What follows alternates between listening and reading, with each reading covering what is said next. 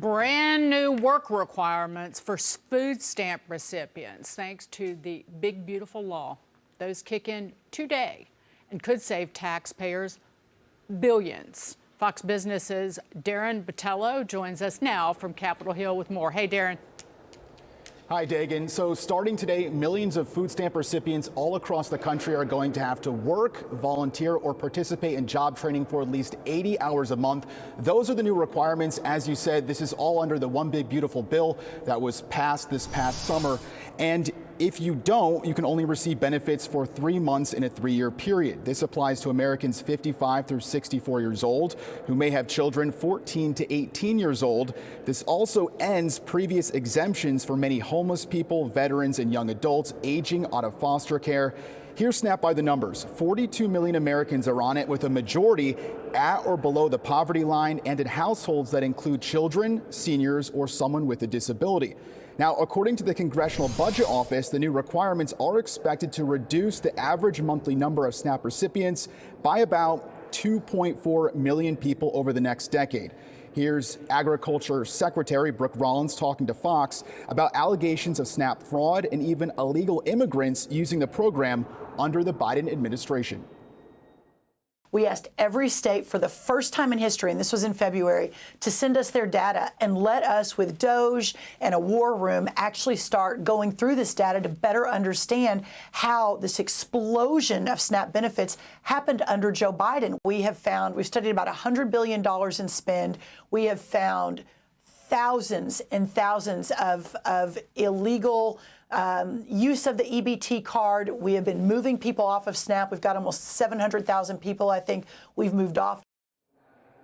And if you're new to SNAP, the rules could start immediately or at your next recertification. Dagan? Darren, thank you for that report. Darren Botello for us on Capitol Hill. EJ, how big a deal is this? I think it's huge. It's something like 2/3 almost of able-bodied adults getting SNAP benefits aren't working right now. I mean, that's appalling. These are able-bodied adults. Yes, you look at those numbers that were just on the screen. You can see how many of them are in poverty, right? Have little to no income. But for many of these people, that's a choice. And that's not right. This is actually a moral issue. It's not just economic. It is morally wrong that the taxpayer is footing the bill for people who can but are simply choosing not to work. That's not right. There's some great numbers out there from the federal government, okay? You don't have to go to some obscure think tank somewhere. Federal government telling us nearly 12% of SNAP benefits, or $10.5 billion, were improper last year. The overpayment rate is something like 9.84%. And the national payment error rate, 10.93% in 2024. So we've got issues. Some of it is the government just not administering this program very well. And the rest of it is exactly what EJ was saying. People getting benefits who maybe shouldn't. Another good thing about COVID is I think this brought to life.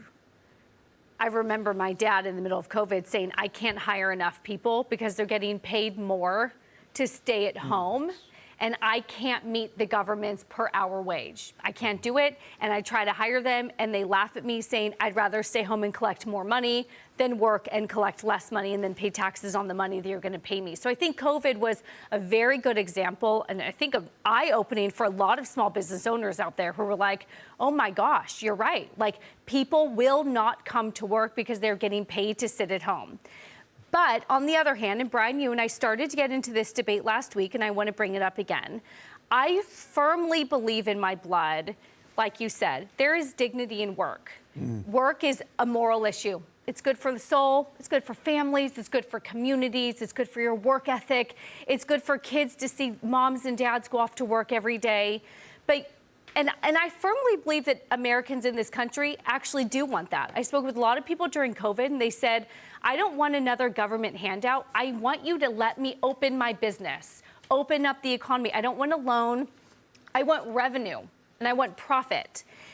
Brian, you sort of hinted, I think, last week that we're undergoing a shift in society right now where there are some younger workers who don't want to work, maybe, right, where there's sort of this entitlement. And I'm hoping that that isn't the case. I'm hoping that there are still people in the generation that, you know, we all grew up with where there was dignity in work and they wanted to. And I'm wondering is that changing? Is this new generation thinking, nah, I feel entitled. I kind of want to sit home and collect that paycheck. I'm not sure I want revenue. I think I want handouts. I think as a young person, you're more likely to feel that way if you've gone to college than if you didn't. That actually, I think we like the elite in America want to teach you that somehow work isn't dignifying, or that a program like this, and I haven't checked in with, AOC or Elizabeth Warren yet to find out what they think about this, but I'm guessing they're against it. I'm sure they think that throwing people, that's the wrong word. People moving off of SNAP is somehow immoral to do that. And that is just so dangerous to me, because I agree with you. Work is a dignifying thing. It's how we become adults. And when you've got 2.4 million people who are going to move off of SNAP, and that's still not very many. We've got almost 42 million people on SNAP, more than 1 in 10 Americans. Okay, that's just crazy. So I think it's good that they're going to move off of SNAP through work to a self-sustaining life. And that's what these work requirements are about. 80 hours per month, okay, to receive assistance.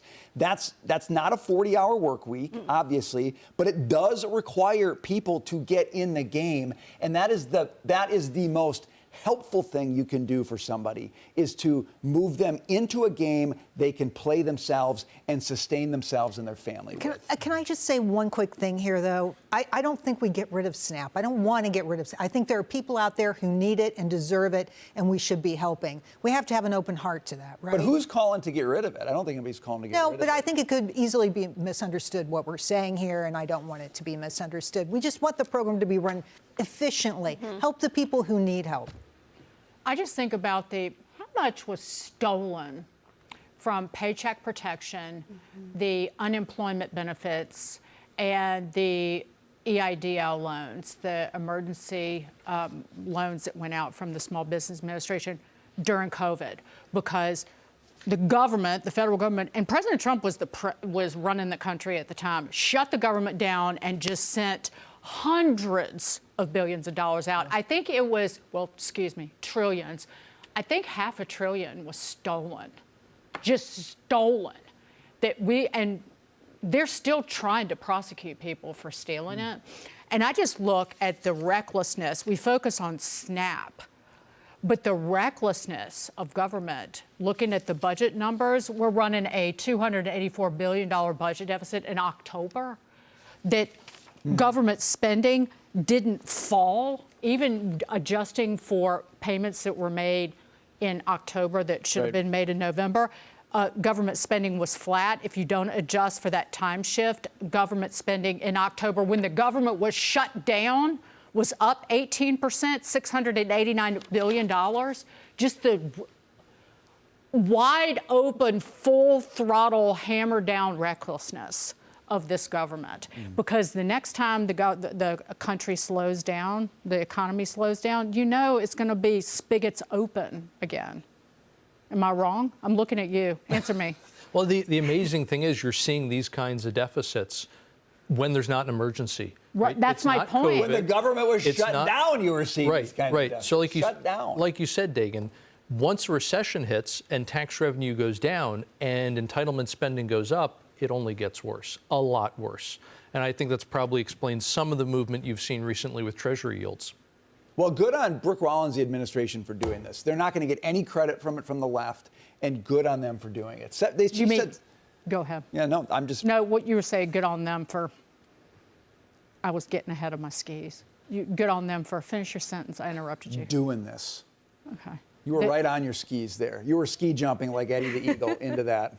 Yeah. Nice job. Because again, there'll just be massive fraud again, because we'll be in a rush to get money out the door. Can't hand money out fast enough to people for them to steal it from you who work and pay your taxes.